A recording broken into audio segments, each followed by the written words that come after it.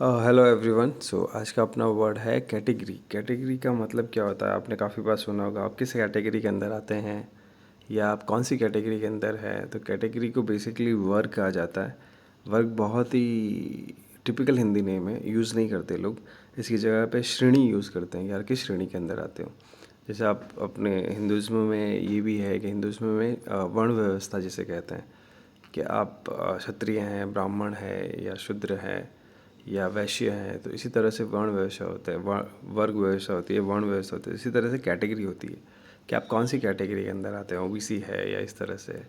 तो अगर आप जॉब में जाएंगे तो आप उस कोटे से आते हैं या इस कैटे से आते हैं, तो ये सारी जो चीज़ें होती हैं ना, इसको कैटेगरी कहा जाता है, इसको श्रेणी कहा जाता है।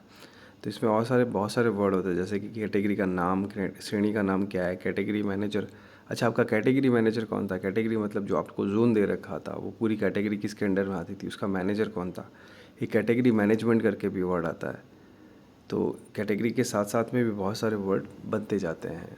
तो इसी तरह के कुछ नए वर्ड सीखने के लिए प्लीज़ फॉलो मी।